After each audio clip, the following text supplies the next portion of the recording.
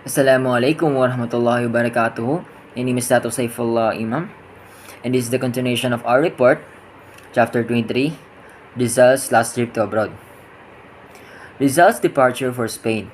On August 13, 1896, the day when the state of war was proclaimed in the 8 provinces, Rizal received from Governor General Blanco 2 letters of introduction for the Minister of War and Minister of Colonies, with a covering letter which absolved him from all blame for the raging revolution, are as follows.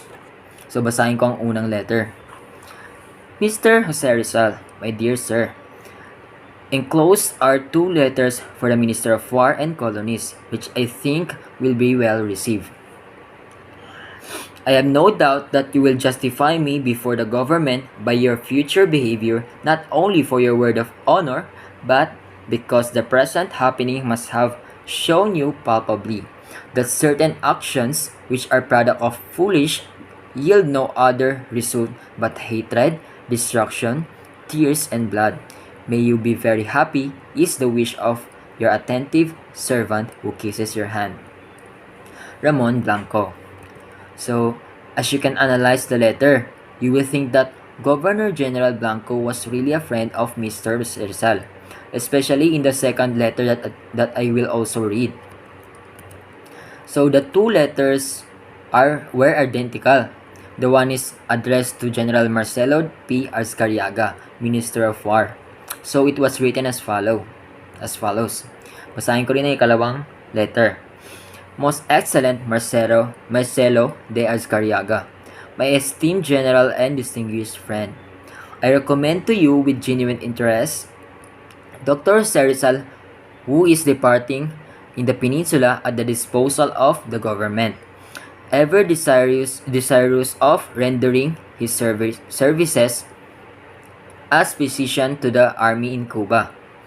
His conduct during the 4 years that he was in exile in the Pitan has been exemplary, and he is, in my opinion, was more worthy of pardon and benevolence, as he is in no way involved either in the criminal attempt that we are lamenting these days, or in any conspiracy or secret society that they have been plotting.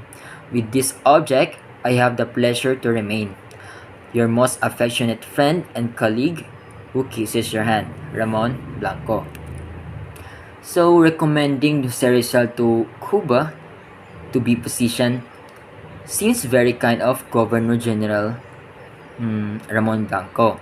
If ever that I am Dr. Jose Rizal, I will also trust him. At 6 p.m. September 2, Rizal was transferred to the steamer Isla de Panay, which was sailing for Barcelona, Spain. The next morning, September 3, the steamer left Manila Bay. At last, Rizal's last trip to Spain began. Among his fellow passengers on board were Don Pedro Rojas. He is a rich Manila Creole industrialist, and his friend, and his son named Perequin. Rizal in Singapore. The Isla de Panay arrived at Singapore in the evening of September 7. The following morning, Rizal and the other passengers went ashore for sightseeing and shopping for souvenirs. In his travel diary, Rizal wrote that he have observed some changes. There are more Chinese merchants and less Indian. He bought a Chinese gown. He said that Singapore has changed much since he saw it for the first time in 1882. Don Pedro, with his son, disembarked at Singapore. He advised Rizal to stay behind too and take advantage of the protection of the British law. Rizal did not heed his advice. Several Filipino residents of Singapore, headed by Don Manuel Camus, boarded the steamer, urging him to stay in Singapore to save his life. He also ignored their appeal because he had given his word of honor to Governor General Blanco, and he did not like to break it. So, as you had heard, we can say that Mr. Jose Rizal was not just a hero, but also a good son, a good family member who loves and devotes himself for his country, and also a man of his word. Victim of Spanish duplicity. By refusing to break his word of honor in Singapore, Rizal sealed his own doom. It is because while he is there trusting General Blanco, thinking that he was a friend, but little did he not know, um, for without his knowledge, Governor General Blanco was secretly conspiring with the Minister of War and Colonies for his destruction. So yun na nga, para sa pagkasira ni Rizal. Great hero and genius that he was, Rizal proved to be as gullible as Sultan Zaide, another victim of Spanish intrigue. For all his wonderful talents, Rizal was after all a mortal man who committed mistakes. And one of his greatest mistakes was to believe that Governor General Blanco was a man of honor and a friend because he allowed him to go as a free man to Spain and to become a physician surgeon of the Spanish army in the Cuba, where bloody revolution was raging, and gave him two nice letters of introduction addressed to the Spanish ministers of war and the colonies. So yung binigay nga ni na letters, yung two letters na binigay ni General Blanco kay Rizal is pati nga ako is naniwala na isa siyang tunay na kaibigan kasi napaka-nice ng mga letters na sinend niya kay Rizal. The truth of the matter as now substantiated by the declassified documents in the ministries of war and the colonies was that Blanco was his implacable foe, who regarded him as dangerous Filipino, who was responsible for the raging Philippine Revolution, and therefore plotted his doom. So yun na nga, kalaban pala talaga ang turing ni Governor General Blanco kay Rizal, at sa simula pa lang ay pinagpapanuhan na niya kung paano masisira si Dr. Jose Rizal. Rizal was unaware that since his departure from Manila Bay on his way to Spain, Blanco and the Minister of War and the colonies were exchanging coded telegrams and confidential messages for his arrest upon reaching Barcelona, and that he was a deportee and was being secretly kept under surveillance. So grabe, pati sa simulat sa pool pa lang pala na ay planado na ni General Governor Blanco ang lahat. So this is one of the situation that demonstrates that despite all of Mr. Jose Rizal's talents, he is still a mortal who makes mistakes. Even I was moved by Governor General Blanco's letters, assuming that he was a sincere friend of Mr. Rizal, but that is not the case. There are many people talaga na who appear to be kind to you and a loyal friend, but they actually have a negative intent against you and are taking advantage of your goodness.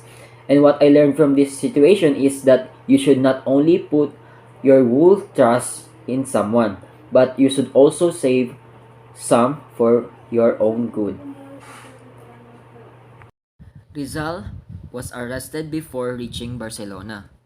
The Isla de Panay with Rizal on board left Singapore at 1 p.m. September 28, unaware of the Spanish duplicity, particularly of Governor General Blanco's infernal deceit. He happily continued the voyage towards Barcelona. On September 25, he saw the steamer Isla de Luzon leaving the Suez Canal, crammed with Spanish troops. 2 days later, Sunday, September 27, he heard from passengers that a telegram arrived from Manila reporting that the execution of Francisco Rojas, Genato, and Osorio. On September 28, a day after the steamer had left Port Said, a passenger told Rizal about the bad news that he would be arrested by the order of Governor General Blanco and would be sent to prison in Ceuta, Spanish Morocco, opposite Gibraltar. So Rizal was shocked by the alarming news. Rizal belatedly realized that he was duped by the unscrupulous Spanish official, particularly the sly Governor General Blanco. With an agonizing heart, he immediately wrote a letter to his friend Blumentritt, unburdening his disgust and bitterness as follow. So yun na nga, dito ay masyadong nagulat si Rizal sa balita. At si Governor General Blanco pa talaga yung nagpahuli sa kanya na kung saan is tinuturing niyang kaibigan. And dito niya pa lang talaga na-realize na niloloko lang siya ni Governor General Blanco. Dahil tunay na kaibigan talaga yung turing niya kay General Blanco. So basahin ko yung letter ni Rizal. My dear friend, a passenger on board had just told me a news that I can hardly believe, and should it be true, would bring to an end to the prestige of Philippine authorities. I cannot believe would be it would be the greatest injustice and the most abominable infamy, unworthy not of a military official but of the last bandit. I have offered to serve as a physician, risking life in the hazard of war and abandoning my business. I am innocent, and now, in reward, they are sending me to prison. I cannot believe it. This is infamous, but if it turns out to be true, as everybody assures me, I am communicating to you this news that you may appraise my situation. So that you may appraise my situation. Yours, Jose Rizal. So, grabe yung ginawa kay Rizal, no? Mr. Rizal. Sobra siguro siya nasaktan sa pag-betray sa kanya. And he is innocent and a good person. And that the thing that make it more hurtful is that the fact that the one who thought the one who thought was your friend was the one who betrayed you. And the person he think that he think that he think was with him, thoughtful throughout his battle, is the one betrayed him. Grabe. Grabe yung naramdaman ni Rizal dito kasi marami siyang isinakripisyo para mapunta sa Cuba para maging isang physician, risking his life and the hazard of war. Pero ito yung igaganti sa kanya. Yun siguro naiisip niya na hindi makahustisya. Na sa kabila ng lahat ng sakripisyo niya ay ikukulong lang pala siya. There was nothing official yet about his impending arrest. It was still merely shipboard gossip. On September 29, Rizal wrote in his travel diary that there are people on board who do nothing but slander me and invent fanciful stories about me. I am going to become a legendary personage. So hindi nga siya nagkamali sa sinabi niya. The following day, September 30 at 4 p.m., he was officially notified by Captain Alemany that he should stay in his cabin until further orders from Manila. He graciously complied with the captain's directive. Rizal's arrival in Barcelona as a prisoner. About 6:25 p.m. September 30, the steamer anchored at Malta. Being confined to his cabin, Rizal was not able to visit the famous island fortress of the Christian Crusaders. I saw through a tiny window, he wrote in his diary, the beautiful view of the Port Malta, with its monumental and magnificent castle in 3 levels, illuminated by the lingering afternoon lights.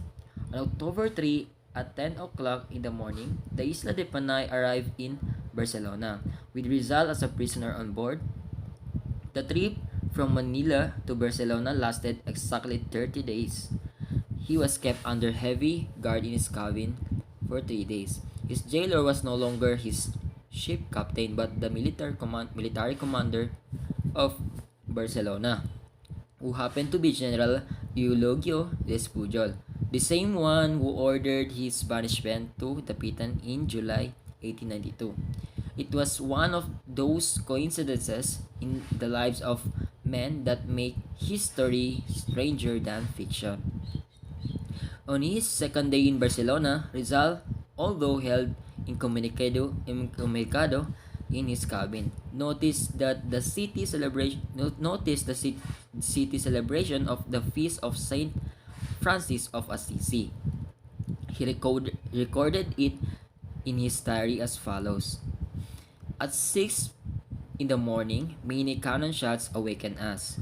It seems that they are in honor of the feast of Saint Francis of Assisi. At 12 o'clock, I counted as many as 31 cannon shots, and at 6 there were again as many. At night there was a concert in the dining room which can be heard from my cabin. At 3 a.m. on October 6, Rizal was awakened by the guards and escorted to the grim and infamous prison fortress named Montjuic. He spent the whole morning in a cell. About 2 in the afternoon, he was taken out of prison by guards and brought to the headquarters of General Despujol. In the interview, which lasted a quarter of an hour, the Brusco general told Rizal that he would be shipped back to Manila on board the transport ship Colon, which was leaving that evening. After the interview, Rizal was taken aboard the Colon, which was full of soldiers and officers and their families. At 8 p.m. October 6, the ship left Barcelona with Rizal on board. So that's all in chapter 23. Shukran and wasalam.